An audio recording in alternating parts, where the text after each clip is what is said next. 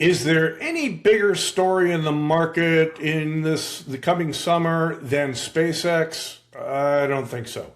And the SpaceX IPO should be coming out, or at least reportedly coming out on June 10th in a couple of days. And what does that mean? Well, that is the, $1.5 trillion Elon Musk venture, raising money for whatever he's doing. And typically, I think, or what I've heard, is SpaceX is really, the funding is to go towards the Starlink satellite stuff, the AI part of SpaceX AI, and I guess thirdly, rocket launches, something like that. I have no real opinion about which way SpaceX might go, up, down, sideways. I don't know yet. And unless it has options, I'm probably not that interested in it.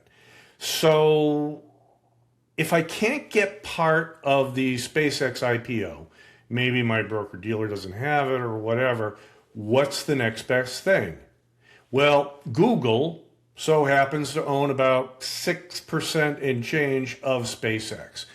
Why? Well, it's part of the whole circular firing squad of the AI industry. At least that's the way AI haters talk about it. A lot of these companies, whether it's NVIDIA or Google or Microsoft or Apple or Meta, they all own parts of each other. And that interdependence is a certain risk, right? So that's why they talk about it, the circular part of AI. In this particular instance, although there are other companies that do own chunks of SpaceX, Elon Musk, I think, owns about 45% of it. Some other investment companies, private equity owns another chunk. Sovereign wealth funds own some more. I think even NVIDIA might have some exposure through various dealings over the years.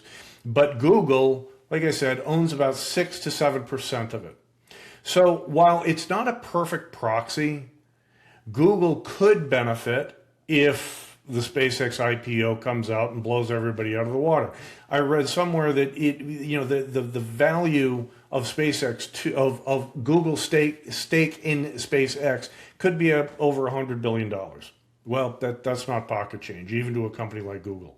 So how would I trade Google if I wanted to have exposure to SpaceX?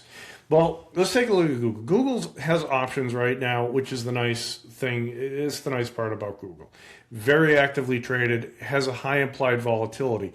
Let's take a look at a chart quickly. Let's let it load up. Here's a one-year chart. So Google has been selling off a little bit, sort of underperforming the broader market. And that's part of the sell-off that we've seen in the AI sector, whether it's chip stocks like NVIDIA or AI stocks like Google. So Google's kind of at the lower end of its range over the past couple of months. Maybe you're bullish on Google. Here's what I look at. Earnings are coming out in July, on July 22nd. I'm going to look at the regular July expiration, where the options expire about a week before that earnings announcement.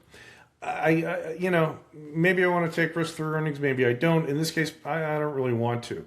But what I will check is which way the skew is pointing in the Google options. What does that mean? I look at the out-of-the-money calls and out-of-the-money puts that are pretty much the same number of points out of the money, 2 points, 5 points, whatever, and then see which one is higher. And that doesn't say that the stock is going to move in a certain direction.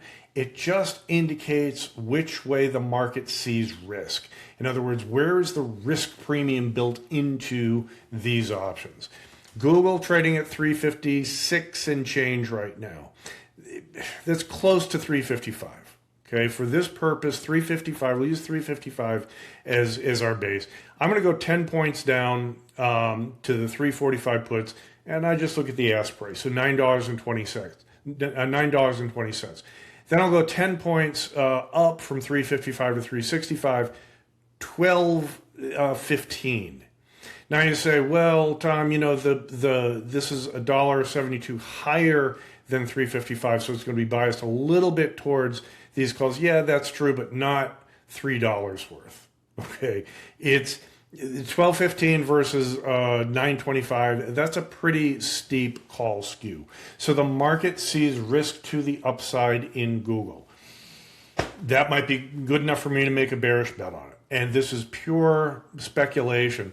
So what I'll do is, Google's a $356 stock, kind of pricey. I'm not going to buy the stock here because that's, to me, a 50-50 bet and very capital intensive. You know, if I buy this stock, I need $17,000, almost $18,000 to trade that. I don't want to spend that kind of money doing that trade. So let me delete this. How about a naked short put? Maybe let's see what the probabilities are. Well, the deltas are 40. Maybe I'll sell the 350 put. Again, $6,400 buying power effect.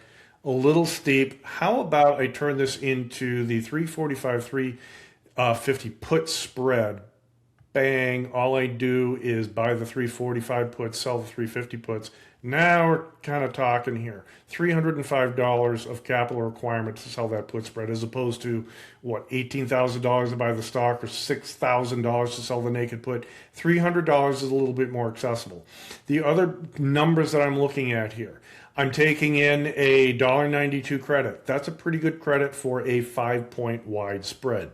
It has a 71% probability of making half of that $195 max profit. So about $95 or so. That's pretty good before expiration. Okay, so I may not even have to hold this for a full 37 days to make some money on this trade. And it generates 60 cents of theta per day. So, is this any guarantee that Google is going to go up due to the SpaceX IPO? No, that's not what I'm saying. But if you want to participate in the SpaceX IPO and you don't want to buy the SpaceX IPO because you don't want to buy an IPO, you want to wait for it to settle into trading, or maybe you just can't get any of it, Google might be an option for you.